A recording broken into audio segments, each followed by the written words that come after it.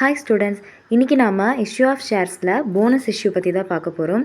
So bonus இஷ்யூங்கிறது என்னென்னா, when a company decide to give shares instead of giving dividend to its existing shareholder, which means அதாவது எப்போ அந்த company அவங்களோட existing share holder இந்த sense அந்த கம்பெனியில் இருக்கக்கூடிய ஷேர் வாங்கின பீப்புள்ஸ்க்கு டிவிடெண்ட், அதாவது கம்பெனியில் வரக்கூடிய ப்ராஃபிட்டுக்கு பதிலாக ஷேராக இஷ்யூ பண்ணணும்னு நினைக்கிறாங்களோ அதுக்கு பேர் தான், அதாவது without any cost they are issuing a share means அந்த நேமுக்கு பேர் தான், அந்த ஷேருக்கு பேர் தான் போனஸ் ஷேர். ஓகே, இதனால் அந்த கம்பெனிக்கு என்ன யூஸ் அப்படின்னு பார்த்தோன்னா, அவங்களோட அசர்ட்டில், லைபிலிட்டியில், ஓவரால் நெட்ஒர்த்தில் எந்த சேஞ்சஸும் வராது.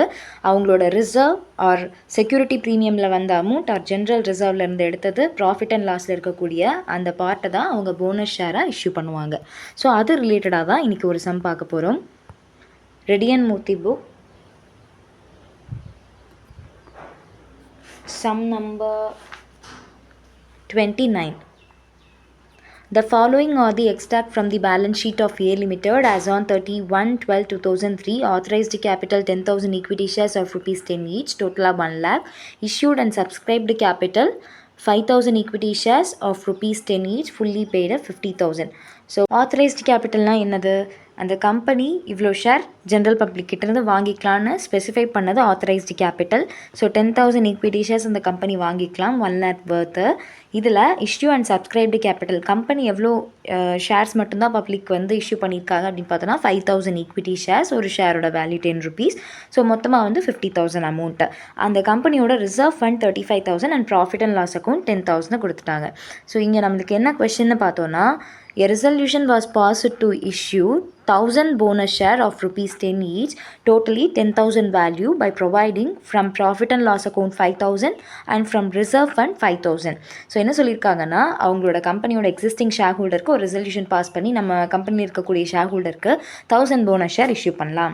ஒரு ஷேரோட வேல்யூ 10 rupees. ஸோ மொத்தமாக வந்து 10,000 வேல்யூ வேர்த்தான அமௌண்ட் வேர்த்தான ஷேரை நம்ம இஷ்யூ பண்ணலாம் அப்படின்னு சொல்லி முடிவெடுத்துட்டாங்க.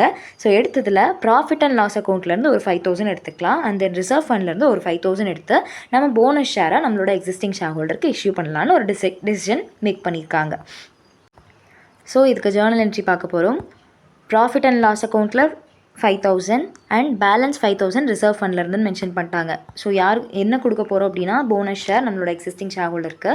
ஸோ ப்ராஃபிட் அண்ட் லாஸ் அக்கௌண்ட்லேருந்து 5,000 அண்ட் ரிசர்வ் ஃபண்ட்லேருந்து 5,000 எடுத்தாச்சு. டு தி ஷேர் ஹோல்டர் போனஸாக கொடுக்க போகிறோம் இல்லையா ஷேர் ஹோல்டருக்கு, அந்த அமௌண்ட் எழுதுகிறோம். ஸோ கிரெடிட் சைடில். அடுத்தது இது அவங்களோட ஷேர் கேபிட்டல். ஆக்சுவலாக நான் போனஸ் ஷேர் இஷ்யூ பண்ணுறேன் அப்படின்னா என்னோட எக்ஸிஸ்டிங் ஷேர் ஹோல்டருக்கு தான் இஷ்யூ பண்ணுறேன். எகெயின் அது என் கம்பெனியோட ஷேர் கேபிட்டலாக தான் வரப்போகுது இல்லையா. ஸோ அப்போ bonus to shareholders account எடுத்தா டு ஷேர் கேபிட்டல் அக்கௌண்ட்னா எகெயின் தட் என்ட்ரியை கம்ப்ளீட் பண்ணுறோம். ஸோ இதுக்கு பேலன்ஸ் ஷீட்டும் நம்ம ப்ரிப்பேர் பண்ணணும். ஸோ கொஷனில் authorised capital 10,000 equity shares and 10 rupees கொடுத்துருப்பாங்க, அதில் எந்த சேஞ்சஸும் கிடையாது. சப்ஸ்கிரைப்டு கேபிட்டல் அப்படிங்கிறது கொஷனில், அதாவது இஷ்யூ பண்ண capital 5,000 equity shares and 10 rupees ஈச்னு கொடுத்துருக்காங்க. மொத்த டோட்டல் அமௌண்ட் 50,000. அண்ட் இப்போ புதுசாக என்ன பண்ணியிருக்கோம், 1,000 போனஸ் ஷேர் நம்மளோட எக்ஸிஸ்டிங் ஷேர் ஹோல்டர், அதாவது இருக்கிற ஷேர் ஹோல்டருக்கு கொடுத்துருக்கோம் இல்லையா. அப்போ 5,000 ஈக்விட்டி ஷேர்ஸ் ப்ளஸ் ஒரு 1,000 போனஸ் ஷேர் எவ்வளோ ஆயிரும்? ஸோ அப்போ டோட்டல் பண்ணோன்னா 5,000 ப்ளஸ் ஒரு 1,000 equity share into 10 rupees calculate பண்ணோன்னா 60,000. அண்ட் தென் ரிசர்வ் ஃபண்ட், கொஷனில் ரிசர்வ் ஃபண்ட் எவ்வளோ கொடுத்துருந்தாங்க, 35,000 கொடுத்துருந்தாங்க. அந்த ரிசர்வ் ஃபண்டில் தான் நம்ம என்ன பண்ணிட்டோம், போனஸ் ஷேருக்கு ஒரு 5,000 எடுத்துட்டோம். அதே மாதிரி கொஷனில் ப்ராஃபிட் அண்ட் லாஸ் அக்கௌண்ட் 10,000 கொடுத்துருந்தாங்க. இந்த ப்ராஃபிட் அண்ட் லாஸ் அக்கௌண்ட்டில் ஒரு 5,000 நம்ம போனஸ் ஷேர் இஷ்யூ பண்ணுறதுக்காக அமௌண்ட் எடுத்தாச்சு. ஸோ இது ரெண்டுத்தையும் ரெடியூஸ் பண்ணி பேலன்ஸ் ஷீட்டில் காமிக்கணும். ஸோ ரிசர்வ் ஃபண்ட் 35,000ல் 5,000 மைனஸ் பண்ணோம் அப்படின்னா 30,000, அண்ட் ப்ராஃபிட் அண்ட் லாஸ் அக்கௌண்ட்டில் 10,000 மைனஸ் 5,000 5,000 டோட்டல். ஸோ இதுதான் நம்மளோட பேலன்ஸ் ஷீட்டை ரீஒர்க் பண்ண ஃபைனலைஸ்டு பேலன்ஸ் ஷீட் ஸ்டேட்மெண்ட். ஓகேங்களா. ஸோ இந்த சம்மில் ஜஸ்ட் இந்த என்ட்ரி மட்டும்தான். இந்த போனஸ் இஷ்யூவில் ரொம்ப ஈஸி. எதுலேருந்து அவங்க எடுத்திருக்காங்கன்னு தெளிவாக கொஷன்லேயே கொடுத்துருப்பாங்க. அதை வந்து ஃபஸ்ட்டு டெபிட் சைடில் கொடுக்குறோம். அடுத்தது நம்ம போனஸ் ஷேர் இஷ்யூ பண்ணுறோம்.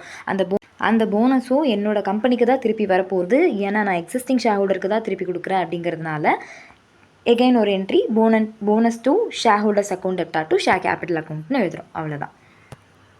தேங்க்யூ.